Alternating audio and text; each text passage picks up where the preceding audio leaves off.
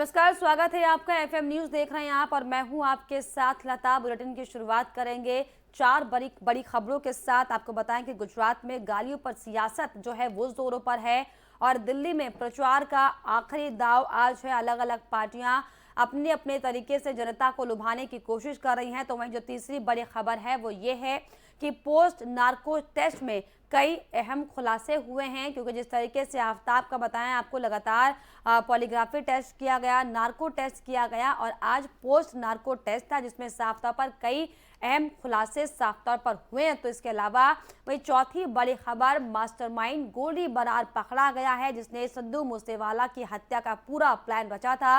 लेकिन सबसे पहले शुरुआत करेंगे इस वक्त की बड़ी और अहम खबर के साथ। तो आगे बढ़ेंगे। गुजरात में गालियों पर अब लगातार जो पलटवार की सियासत है वो लगातार जारी है। खड़गे के गाली वाले बयान पर पीएम का पलटवार अब आ चुका है, जिसमें पीएम मोदी ने पाटन रैली से खड़गे पर हमला बोला है। कांग्रेस के पास बस दो ही काम है, ये पीएम मोदी ने बयान दिया और कहा कि ईवीएम की खामियां निकालना और गालियां देना। खड़गे ने भी आपको बताया कि पीएम नरेंद्र मोदी पर दरअसल निशाना साधा था। पीएम ये कहते हैं कि कांग्रेस उन्हें 2 किलो गालियां देती है, लेकिन पीएम कांग्रेस को 4 क्विंटल गालियां देते हैं। यानी कि देखिए एक बार फिर से, हालांकि गुजरात में जो चुनाव प्रचार का जो दौर है दूसरे फेज के लिए वो लगातार जारी है और ऐसे में अब एक बार फिर से गालियों की जो सियासत है वो साफ तौर पर गर्माती हुई दिखाई पड़ रही है। क्योंकि जिस तरीके से हाल ही में हमने सुना था कि खड़गे ने पीएम नरेंद्र मोदी को लेकर गाली वाले बयान पर जो है बयान देते हुए ये साफ तौर पर कहा था कि कभी मुझे, कभी राहुल गांधी जी को, तो कभी सोनिया जी को गाली देने का काम पीएम नरेंद्र मोदी करते हैं। लेकिन अब आज पीएम नरेंद्र मोदी ने भी साफ तौर पर कांग्रेस के सवालों का जवाब दिया है। आपको बताएं कि गुजरात में चुनाव प्रचार के दूसरे चरण के लिए राजनेताओं की तरफ से लगातार एक दूसरे पर सियासी हमले किए जा रहे हैं। चुनाव में रैली के दौरान प्रधानमंत्री नरेंद्र मोदी ने शुक्रवार को एक बार फिर से विपक्ष पर करारा हमला बोला। उन्होंने पाटन से कांग्रेस पर जोरदार हमला बोलते हुए कहा कि उसके पास, यानी कि कांग्रेस पार्टी के पास सिर्फ दो ही काम है, ईवीएम की खामियां निकालना और मोदी को गालियां देना। पीएम मोदी ने कहा कि कांग्रेस बोलती थी गरीबी हटाओ, लेकिन गरीबी हमने हटाई है। कांग्रेस इस देश में शौचालय तक नहीं बना पाई। उन्होंने आगे कहा कि हमारी सरकार ने गरीब के लिए खाते खोले हैं, हम लोग गरीब की चिंता करते हैं। पाटन रैली में पीएम मोदी ने कोरोना के वक्त अपनी सरकार की उपलब्धियों का भी जिक्र किया। उन्होंने कहा कि उस वक्त हम लोगों ने अच्छा काम किया। गुजरात चुनाव में कांग्रेस भी लगातार पीएम मोदी पर हमला बोल रही है। कांग्रेस अध्यक्ष खड़गे ने पीएम नरेंद्र मोदी पर दरअसल निशाना साधते हुए ये कहा था कि पीएम मोदी कभी उन्हें तो कभी राहुल गांधी को गालियां देते रहते हैं। खड़गे ने पीएम मोदी पर निशाना साधते हुए कहा कि वो कांग्रेस और उसके वरिष्ठ नेताओं को 4 क्विंटल गाली देते हैं। मोदी जी कहते हैं कि कांग्रेस और विपक्ष उन्हें 2 किलो गालियां देते हैं, लेकिन आपका कांग्रेस को गाली दिए बगैर खाना नहीं पचता। आप 4 क्विंटल यानी कि 400 किलो गालियां कांग्रेस पार्टी को देते हैं, कभी मुझे, कभी राहुल गांधी को, तो कभी सोनिया गांधी को, लेकिन हम कुछ नहीं कहते। खड़गे ने दरअसल सवाल पूछते हुए ये भी कहा कि मोदी पूछते रहते हैं कि कांग्रेस ने 70 साल में क्या किया, तो मैं कहना चाहता हूं कि 70 साल में अगर लोकतंत्र या संविधान नहीं होता तो आप पीएम नहीं बनते। ये हमारा, यानी कि कांग्रेस का योगदान है। मोदी कहते रहते हैं कि उनका अपमान हुआ है और वे गरीब हैं। अगर आपका यही हाल है तो दलितों, गरीबों और आदिवासियों का क्या हाल है? पीएम कितनी बार सहानुभूति लोगों से लेना चाहते हैं।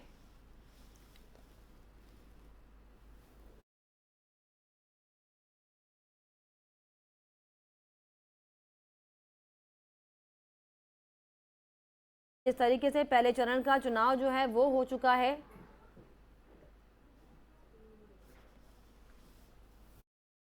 दूसरे चरण के लिए आपको बताएं कि लगातार जो सियासी गर्मा गर्मी है वो माहौल साफ तौर पर तेज होता हुआ दिखाई पड़ रहा है। एक और जहां खड़गे ने साफ तौर पर गाली वाले बयान को लेकर पीएम नरेंद्र मोदी पर तंज कसने का काम किया था, तो वहीं पीएम नरेंद्र मोदी ने भी आज जनसभा को संबोधित करते हुए कांग्रेस पार्टी और खड़गे को करारा जवाब दिया है।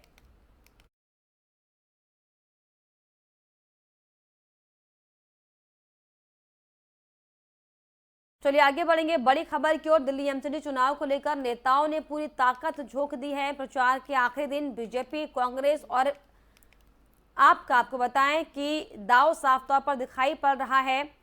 बीजेपी बड़ा दाव खेला। अरविंद केजरीवाल ने योग क्लासेस का मुद्दा उठाया। कांग्रेस ने भी आप और बीजेपी के खिलाफ आपको बताएं कि हमला बोला। आपको बताएं कि नगर निगम चुनाव के लिए दिल्ली में 3 दिनों तक ड्राई डे भी रखा गया है। तो वहीं वोटिंग के दिन ये भी अपडेट आ चुका है कि सुबह 4 बजे से मेट्रो की जो संचालन है वो शुरू हो जाएगा। आपको बताएं कि एमसीडी के 250 वार्ड के लिए 4 दिसंबर को वोटिंग किए जाएंगे, तो वही नतीजे 7 दिसंबर को आएंगे।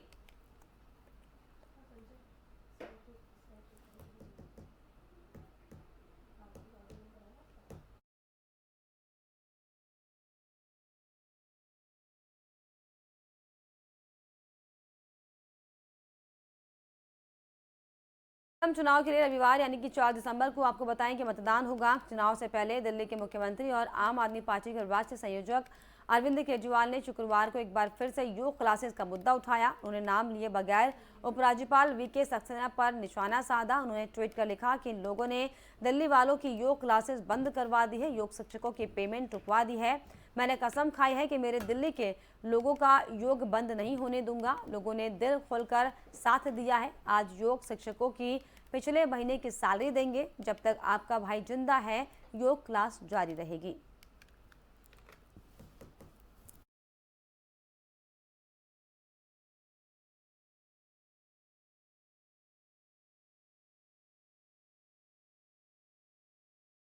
पर खास जानकारी के लिए दिल्ली से हमारे सहयोगी संजय सिंह हमारे साथ जुड़ गए। संजय जी, इस तरीके से एमसीडी चुनाव को लेकर आज जो है प्रचार का आखिरी दिन है और ऐसे में तमाम जो राजनीतिक पार्टियां हैं, चाहे बीजेपी, चाहे कांग्रेस, चाहे आप, अपना अपना दांव खेलते हुए दिखाई पड़ रहे हैं। क्या कुछ जानकारी?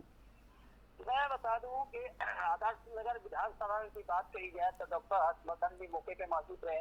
जो देखा जाए कि बीजेपी के जो प्रत्याशी हैं उनके साथ में करीबन सैकड़ों की संख्या में पब्लिक साथ चल रही है। और पुरानी विधानसभा की बात करी जाए वार्ड 8 और 9 के गुलाब सिंह राठौर के साथ में हजारों की संख्या पब्लिक साथ में थे। तो कहीं न कहीं देखा जाए कि बीजेपी के पलड़ा भारी होते हुए नजर आ रहा है।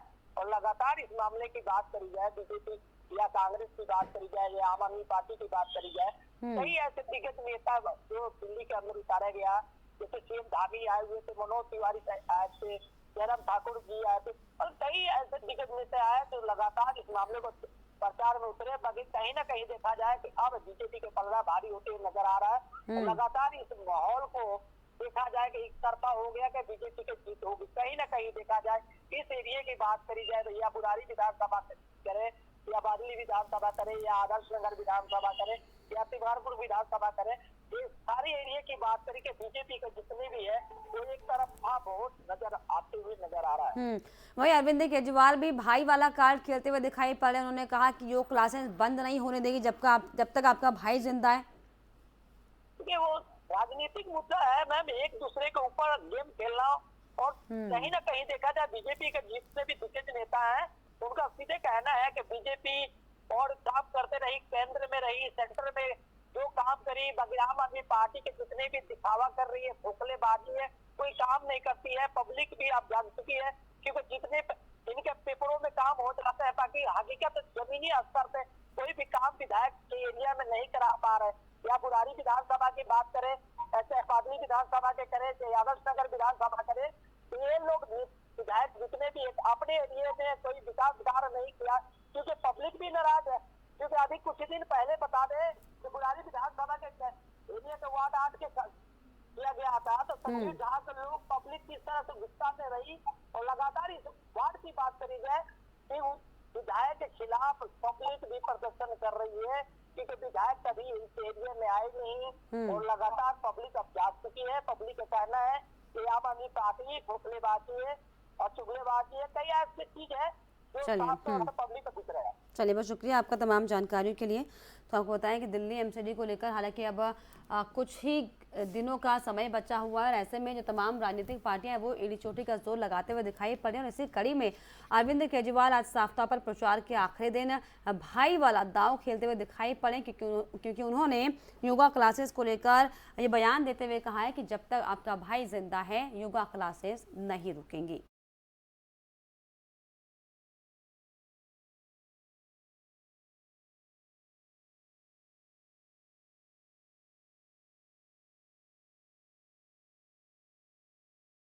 आगे बढ़ेंगे। श्रद्धा वालकर हत्याकांड के आरोपी आफ्ताब पूनावाला का नार्को टेस्ट पूरा हो गया है। आफ्ताब के पोस्ट नार्को टेस्ट के लिए एफएसएल की टीम समेत दिल्ली पुलिस तिहाड़ जेल पहुंची थी।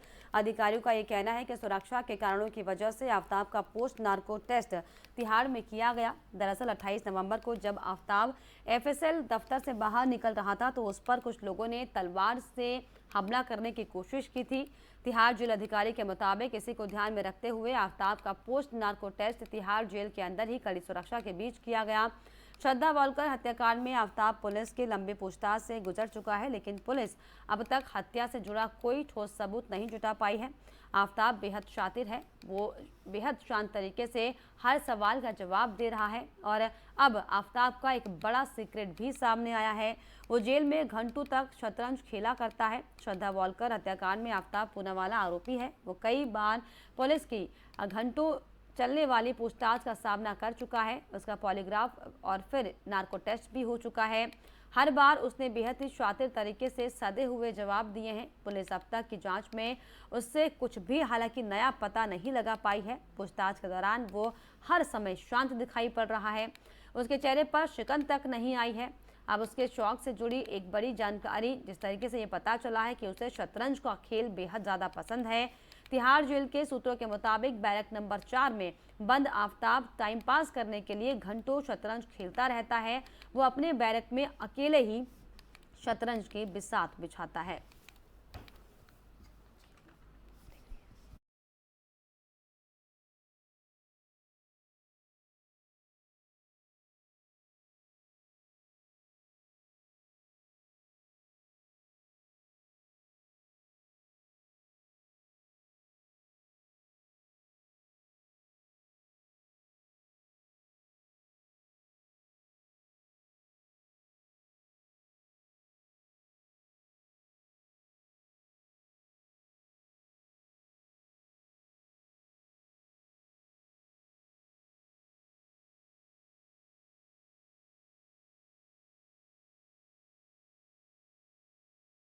इस पर खास जानकारी के लिए दिल्ली से हमारे सहयोगी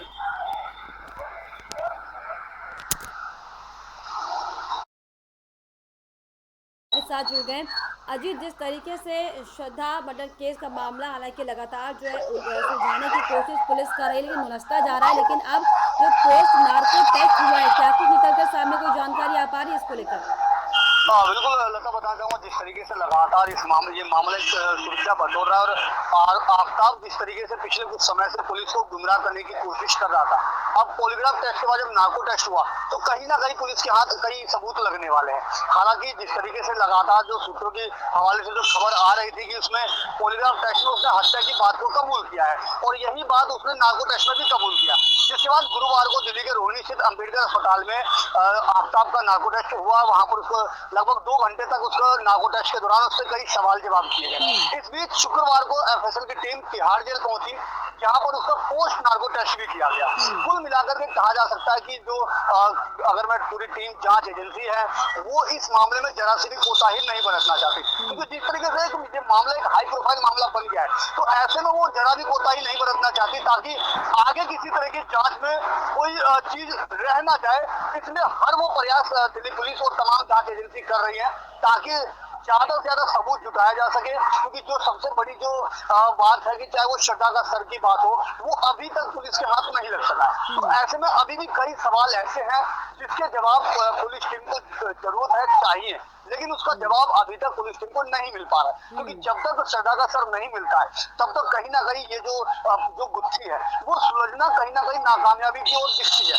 ऐसे में अब आज शुक्रवार को तिहाड़ जेल में पूरी टीम पोस्ट नार्को टेस्ट के लिए गई तो अब लगता है अंदाजा लगाया जा सकता है कि कहीं ना कहीं पुलिस के हाथ कई अहम सबूत जरूर लगने वाले हैं। लेकिन जिस तरीके से लगातार ये बात सामने आ रही है कि जितने बार जो पॉलीग्राफी टेस्ट की बात की जाए चाहे नार्को टेस्ट की बात की जाए, बहुत शातिर तरीके से आफ्ताब जो है जवाब दे रहा है और पूरी कोशिश कर रहा है कि पुलिस को सही बातें सामने ना आने पाए, सही सवाल का जवाब सही तरीके से ना दिया जाए।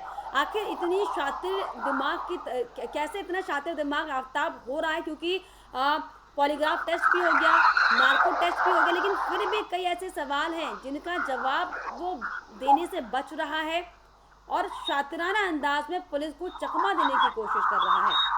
बिल्कुल अगर कहीं ना कहीं जिस तरीके से लगातार पॉलीग्राफ टेस्ट में भी उसने कई ऐसे जवाबों में अपना जो शातिराना अंदाज दिखाने की कोशिश की, बहाने बनाने की कोशिश की, क्योंकि कहीं ना कहीं वो इन चीजों से पहले ही कहा जा सकता, क्योंकि कई जैसा कि बार बार बात सामने आ रही है कि जब उसने हत्याकांड को अंजाम दिया तो उसने पूरी साजिश के तहत इस वारदात को अंजाम दिया। तमाम क्राइम सीरीज, तमाम वेब सीरीज, फिल्में उसने देखी और उन फिल्मों को देख करके, उन क्राइम सीरीज को देख करके उसने, चाहे वो लाश को ठिकाने लगाने की बात हो, हत्या टुकड़े टुकड़े करने की बात हो, तो साफ तौर पर कहा जा सकता है कि वो ऑलरेडी इन सब चीजों के लिए पहले से ही तैयार था।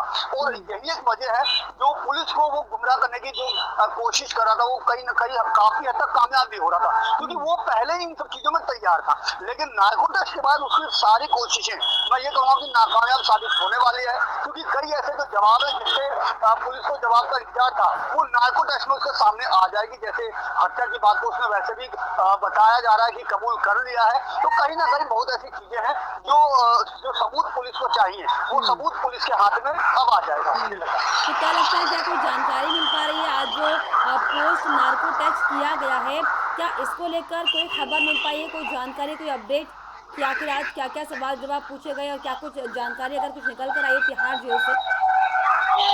बिल्कुल अगर जिस तरीके से जो पोस्ट नार्को टेस्ट हुआ उसमें भी सवाल जो थे वो पूरे के पूरे श्रद्धा हत्याकांड से जुड़े हुए थे। चाहे वो बात करें कि श्रद्धा हत्या कि उसने श्रद्धा की हत्या क्यों की, उसके शव के टुकड़े को कहाँ कहाँ ठिकाने लगाया गया, जो हथियार था वो हथियार कहाँ फेंके गए, इसी के तमाम इर्द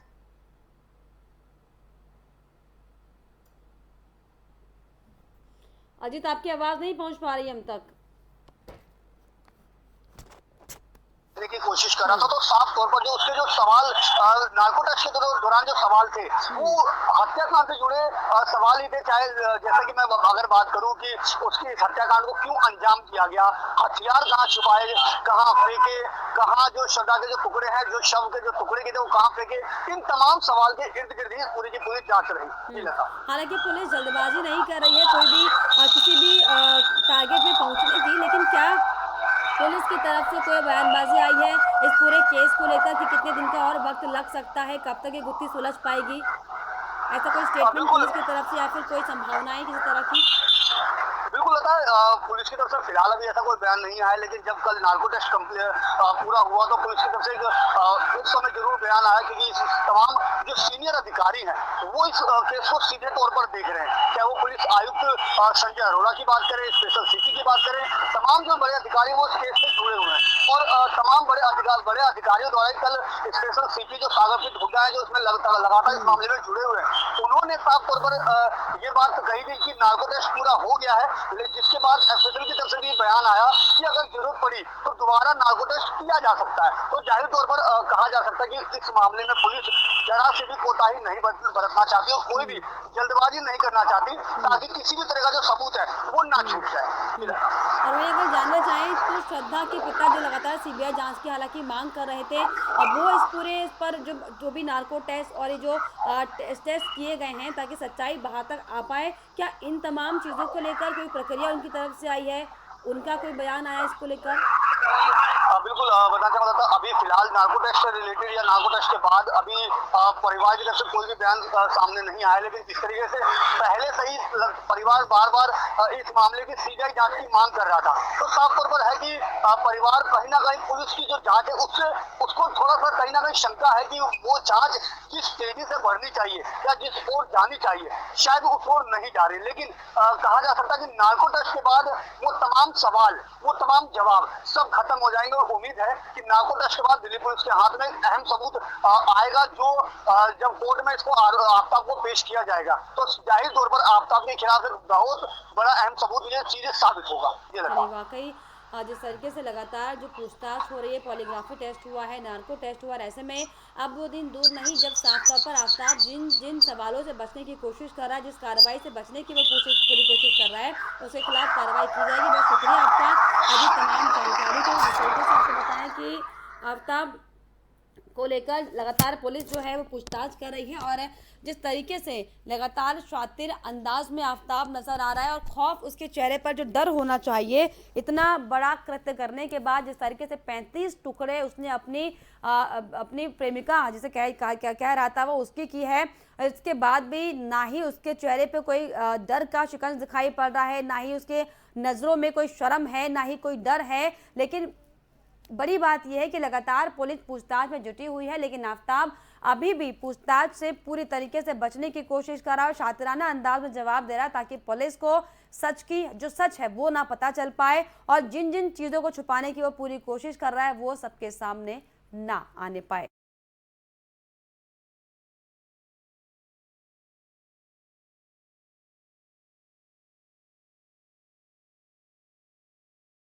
पंजाबी सिंगर सिद्धू मूसेवाला की हत्या के मास्टरमाइंड गोल्डी बराड़ को अमेरिका में डिटेन कर लिया गया है। पंजाब के मुख्यमंत्री भगवंत मान ने दावा किया है। भगवंत मान ने बताया कि गैंगस्टर गोल्डी बराड़ को कैलिफोर्निया में हिरासत में लिया गया है। इससे पहले एजेंसियों के सूत्रों के हवाले से जानकारी सामने आई थी कि बराड़ को कैलिफोर्निया में हिरासत में लिया गया है। हालांकि आपको बताएं कि न्यूज़ तमाम जो एजेंसियां, इनके हिसाब से जो खबरें सामने आ रही थी वो ये कि पुलिस के अधिकारियों के हवाले से ये बताया जा रहा था कि अब तक बराड़ को हिरासत में लिए जाने की कोई आधिकारिक पुष्टि नहीं की गई है।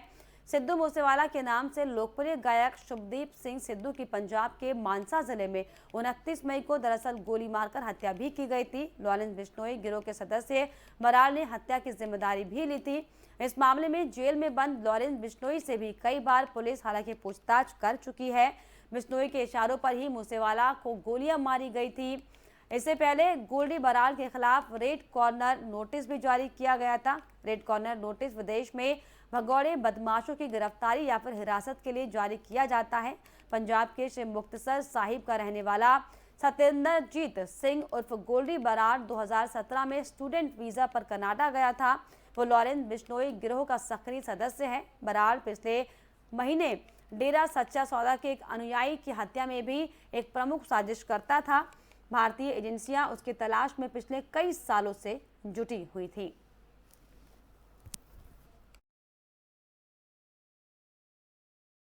और इसी के साथ इस बुलेटिन में फिलहाल इतना ही। देश और दुनिया की तमाम खबरों के लिए आप देखते रहिए एफएम न्यूज़। नमस्कार।